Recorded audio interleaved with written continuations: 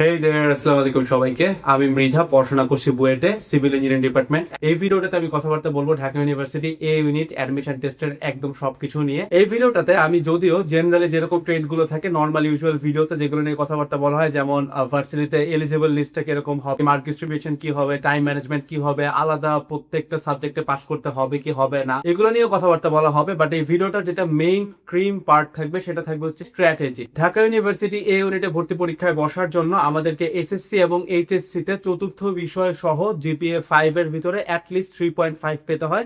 And in total SSC আর HSC মিলে আমাদেরকে টোটাল জিপিএ 8 পেতে হয়। ঢাকা ইউনিভার্সিটিতে এইবার 100 মার্কের পরীক্ষা হবে, তার মানে আমাদের এমসিকিউ থাকতেছে 60 এন্ড রিটেন থাকতেছে 40। এমসিকিউ তে আমরা 4টা সাবজেক্টের অ্যান্সার করতে হবে, প্রত্যেকটা সাবজেক্টে 15 করে, 4 15 60। এবং রিটেনের ক্ষেত্রে প্রত্যেকটা 4টা সাবজেক্ট সেই একই, প্রত্যেকটা সাবজেক্টে 10 করে, 4 10 40, 60 আর 40 টোটাল হচ্ছে কি 100।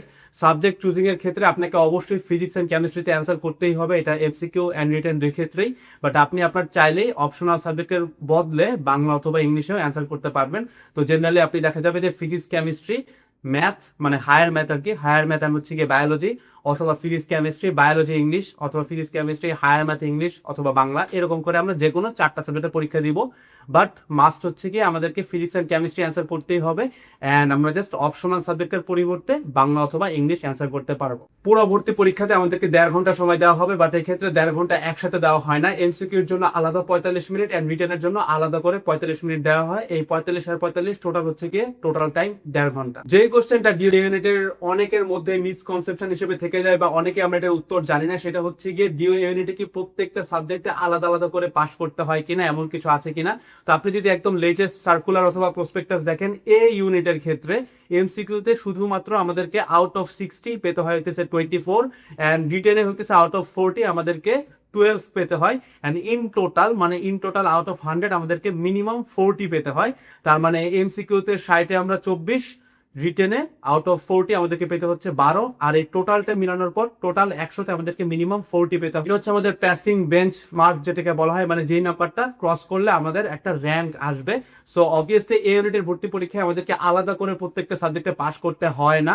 আমরা প্রত্যেকটা সাবজেক্ট অ্যান্সার করবো কিনা এটার যদি কোশ্চেন করা হয়, আমি মনে করি প্রত্যেকটা সাবজেক্টে আপনার অ্যান্সার করা উচিত। মানে আপনাকে 4টাই বৃত্ত ভরাট করা উচিত। জেনারেলি আমরা যেইটার ওয়েবারে অ্যান্সার করতেছি, ধরেন আমি ফিজিক্স অ্যান্সার করতেছি, তখন ফিজিক্সের উপরে একটা ছোট্ট একটা বৃত্ত থাকে যেটা ফিল আপ করতে হয়। তো আমি মনে করি আপনাকে অবশ্যই 4টা ফিল আপ করতে হবে, বাট ডাজন্ট নেসেসারিলি মিন যে আপনাকে 4টাতেই পাস করতে হবে। আপনি যে কোনো একটাতে যদি ফেলও করে বসেন, বাট ইন টোটাল যদি আপনি পাস করেন, লাইক এমসিকিউতে টোটাল যদি 24 পান, রিটেনে যদি টোটাল 12 পান, অ্যান্ড ইন টোটাল যদি আপনি 100-তে 40 উঠাতে পারেন, আপনি কিন্তু একটা র্যাঙ্ক অবশ্যই। তার মানে আপনাদেরকে প্রত্যেকটা সাবজেক্টে আলাদা আলাদা করে পাস করতে হচ্ছে না, ইন আ গ্রস যে নাম্বারগুলো বলছি এগুলো পাইলেই হবে। আচ্ছা, তো এবার হইতেছে গিয়ে ভিডিও ক্রিম পার্ট, মানে স্ট্র্যাটেজিটা কি চান্স পাওয়ার ক্ষেত্রে। আপনারা যারা যারা আমার চ্যানেলটা ভিজিট করতেছেন, আমার যারা পিনড ভিডিওটা দেখবেন, মানে আমার চ্যানেলে যে ভিডিওটা পিন করা আছে এখানে খেয়াল করলে দেখবেন যে আমার কিন্তু ডিউ ইউনিটে খুব একটা ভালো র্যাঙ্ক আসছিল না। বাট তারপরেও খুবই শর্ট একটা সময়ের মধ্যে আমি নিজেকে গ্যাদার আপ করে কিছু স্ট্র্যাটেজি অ্যাপ্লাই করে কিন্তু বুয়েটে খুব ভালো মতোই চান্স পাইছিলাম। সেটা আমি কিভাবে পাইছিলাম সেটা যদি একটু ডিসক্রাইব করতে যাই, সেক্ষেত্রে চলে আসে আমাদের স্ট্র্যাটেজি। তো ডিও ইউনিটের ক্ষেত্রে আপনি যদি খেয়াল করলে দেখবেন যে রিটেনের যে ব্যাপার স্যাপার, রিটেনে যতটুকু টাইম দেওয়া থাকে, যা যা অ্যান্সার করা লাগে, সবকিছু মোটামুটি ম্যাক্সিমাম পাবলিকের ক্ষেত্রেই অনেকটা সেম হয়। সো আমি মনে করি রিটেনে অ্যাকচুয়ালি ওইরকম কোনো স্ট্র্যাটেজি নাই যেটা দিয়ে আপনি অন্য সবাইকে আগায় যেতে পারবেন। বাট এমসিকিউর ক্ষেত্রে হচ্ছে গিয়ে ম্যাক্সিমাম স্ট্র্যাটেজিটা অ্যাপ্লাই করা যায়। তো চলেন এমসিকিউর স্ট্র্যাটেজি নিয়ে একটু কথাবার্তা বলি। পার এমসিকিউতে আমরা কয় সেকেন্ড করে পাই? আপনি যদি খেয়াল করেন, আমরা 45 মিনিটে 60টা এমসিকিউ দিচ্ছি, তার মানে আমরা পার এমসিকিউতে 45 সেকেন্ডস করে পাচ্ছি। আপনি যখন এই ইউনিটে ভর্তি পরীক্ষা দিয়ে বের হয়েছেন, অথবা আপনার আগে যেই ছেলে বা মেয়ে ভর্তি পরীক্ষা দিয়ে ডিউ ইউনিটে ফার্স্ট হয়েছে বা ভবিষ্যতে যারা ফার্স্ট হবে, তাদের যে কাউকে যদি আপনি জিজ্ঞাসা করেন যে পার এমসিকিউতে কতটুকু সময় পাবে বা তারা পাইছে, সেটা কিন্তু সে হয়তো বলবে 45 সেকেন্ড। মানে আপনি একটু চিন্তা করেন, আপনি নিজের ক্ষেত্রে একটু চিন্তা করেন যে ফার্স্ট বয়ও কিন্তু বা ফার্স্ট গার্লও কিন্তু ডিউ ইউনিটে একদম 60টা এমসিকিউ 60টা দাগায় আসবে না, তাই না? তো সে কিন্তু দাগাবে মনে করেন 50টা। তো আমি ধরে নিলাম যে আমি 50টা দাগাবো। একটা জিনিস খেয়াল করেন, আপনি দাগাচ্ছেন 50টা, আপনি ধরে নিচ্ছেন টাইম পাচ্ছেন 45 সেকেন্ড করে। বাট আপনি যদি 50টা দাগান ডিউ ইউনিটের ভর্তি পরীক্ষায় 60টার মধ্যে, তাহলে আপনি কিন্তু টাইম পাওয়ার কথা 50 সেকেন্ডের থেকেও বেশি। 50টা আপনি 50 সেকেন্ডের থেকেও বেশি টাইম পাওয়ার কথা। তাহলে একটা জিনিস খেয়াল করেন, আপনার মাথায় চলতেছে যে আপনি পার এমসিকিউতে 45 সেকেন্ড করে পাচ্ছেন। এটা ভেবে আপনি পরীক্ষার হলে এক্সামে অ্যান্সার করতেছেন এমসিকিউ এন্ড আপনি অনেক ছোট ছোট সিলি মিস্টেক করতেছেন এন্ড এক্সাম্পল থেকে বের হয়ে দেখবেন যে আপনি তো 60টা দাগার নেই, ইনফ্যাক্ট ফার্স্ট বয়ও কিন্তু 60টা কারেক্ট করে না জেনারেলি। সো আপনি তো যদি 60টা অ্যান্সার না করেন তাহলে তো আপনার পার এমসিকিউ 45 সেকেন্ড করে পান নাই। তার মানে একটা জিনিস খেয়াল করেন, আপনি ওইখানে দেখতেছেন যে আপনার 45 সেকেন্ড করে লাগতেছে, বাট অ্যাকচুয়ালি আপনি 45 সেকেন্ড করে কিন্তু অ্যাকচুয়ালি দিচ্ছেন না, আপনি কিন্তু আরো বেশি সময় দিচ্ছেন। তার মানে জিনিসটা ঘটতেছে তাহলে কি আমরা শুধু শুধু একটা মেন্টাল স্ট্রেস নিয়ে ফেলতেছি না। ডিও ইউনিটে কিন্তু আমরা 45 মিনিটে 60টা এমসিকিউ অ্যান্সার করি, যেখানে বুয়েটে কিন্তু আমরা 60 মিনিটে 100টা এমসিকিউ অ্যান্সার করছিলাম। তো দেখেন আমি ডিও ইউনিটে খুব একটা ভালো একটা র্যাঙ্ক করতে না পারলেও বুয়েট প্রিলিতে কিন্তু খুব ভালো মতো টিকে গেছিলাম। এটার রিজনটাই ছিল এই স্ট্র্যাটেজিটা, যে আমি একটা জিনিস খেয়াল করলাম যে বুয়েটে আমাদের জাস্ট বুয়েটের যদি একটু কথাবার্তা বলি, বুয়েটের প্রিলিমিনারিতে ওই টাইম ভার্সেস মার্কেট যদি একটু চিন্তা ভাবনা করি তাহলে পার এমসিকিউতে আমরা 36 সেকেন্ড করে পাই। তো আমি একটা জিনিস খেয়াল করলাম যে আমি যদি 36 সেকেন্ড করে আগাই আমি অসংখ্য সিলি মিস্টেক করবো, সিলি মিস্টেকের কারণে কিন্তু 25% নাম্বার কাটা যাচ্ছে। সো সিলি মিস্টেক করতেছি, অ্যাট দি সেম টাইম আমার মাথায় আছে যে আমি সময় পাচ্ছি 36 সেকেন্ড করে বইয়ের কথা বলতেছি, বাট বের হয়ে দেখতেছি যে না আমি তো সবগুলো অ্যান্সারও করি নাই, আমি তো 100টা এমসিকিউ অ্যান্সার করি নাই। তাহলে আমি ভাবতেছি ওই 36 সেকেন্ড ভুলও করতেছি আবার সব অ্যান্সারও করতেছি না, তাহলে আমি করতেছি নাকি?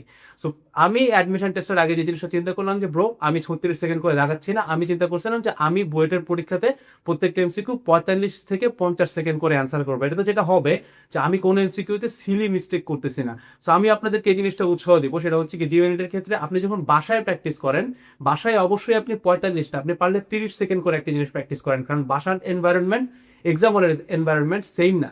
বাট আপনি যখন এক্সাম হলে অ্যাকচুয়ালি পরীক্ষা দিচ্ছেন তখন যে জিনিসটা আপনি পারেন ওইখানে শুধু শুধু এটা মনে করা দরকার নাই আমাকে এই জিনিসটা 45 সেকেন্ডে সলভ করতে হবে। আপনি চিন্তা করেন যে আমি জিনিসটা 50 থেকে 55 সেকেন্ডে সলভ করবো, কারণ আলটিমেটলি আপনি সবকিছু কিন্তু এমনিও অ্যান্সার করতেছেন না।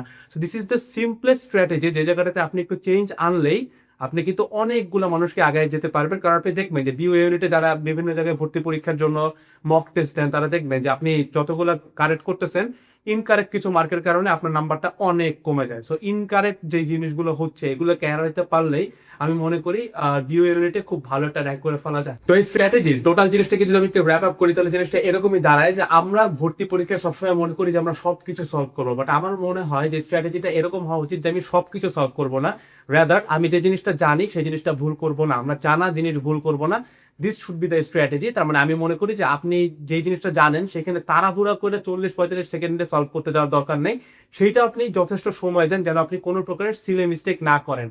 লাস্ট আর একটা এফএকিউ নিয়ে কথাবার্তা বলবো, সেটা অনেকেই বলেন যে জেনারেলি দেখা যায় যে যারা ডিও ইউনিটের প্রেপ নেন অনেকের এমন আছে যে বায়োলজিতে প্রিপারেশন খারাপ বা হায়ার ম্যাথে প্রিপারেশন খারাপ। যদি এটা আপনার অপশনাল সাবজেক্ট হয় তাহলে কিন্তু এইটার বদলে আপনি অন্য একটা অ্যান্সার করতে পারবেন।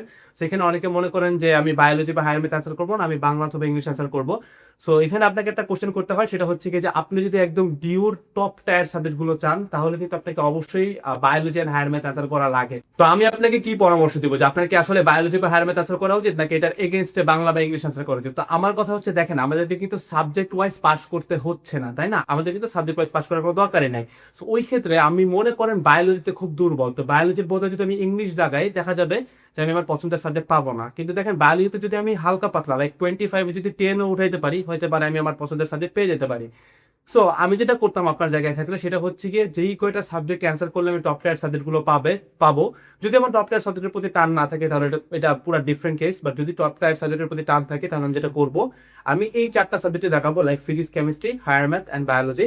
অ্যান্ড যেহেতু সাবজেক্ট ওয়াইজ পাস করা লাগে না, আপনি একটা জিনিস চিন্তা করে দেখেন যে টোটাল মার্কস হচ্ছে কি যদি আমরা জিপিএর হিসাব বাদ দিই 100-এর মধ্যে আমরা 3টা সাবজেক্ট যে কোনো 3টা মনে করি, যেমন প্রত্যেকটা সাবজেক্টে তো 15 + 10 25 করে 4-25-এ 100 টোটাল 100 মার্কস।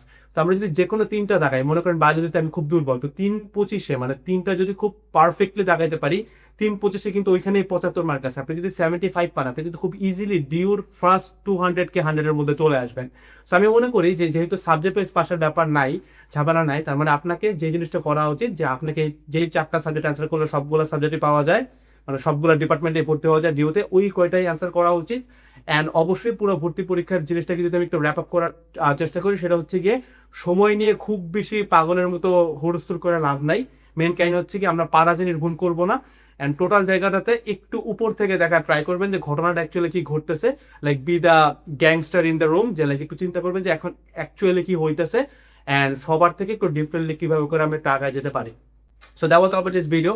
দেখা হচ্ছে নেক্সট ভিডিওগুলোতে। আমার চ্যানেলে আপনি অবভিয়াসলি সাবস্ক্রাইব করে রাখতে পারেন এই টাইপের ভিডিও আরো পেতে চাইলে। দেখা হচ্ছে নেক্সট ভিডিওগুলোতে। সবাই ভালো থাকবেন। আসসালামু আলাইকুম সবাইকে, টাটা।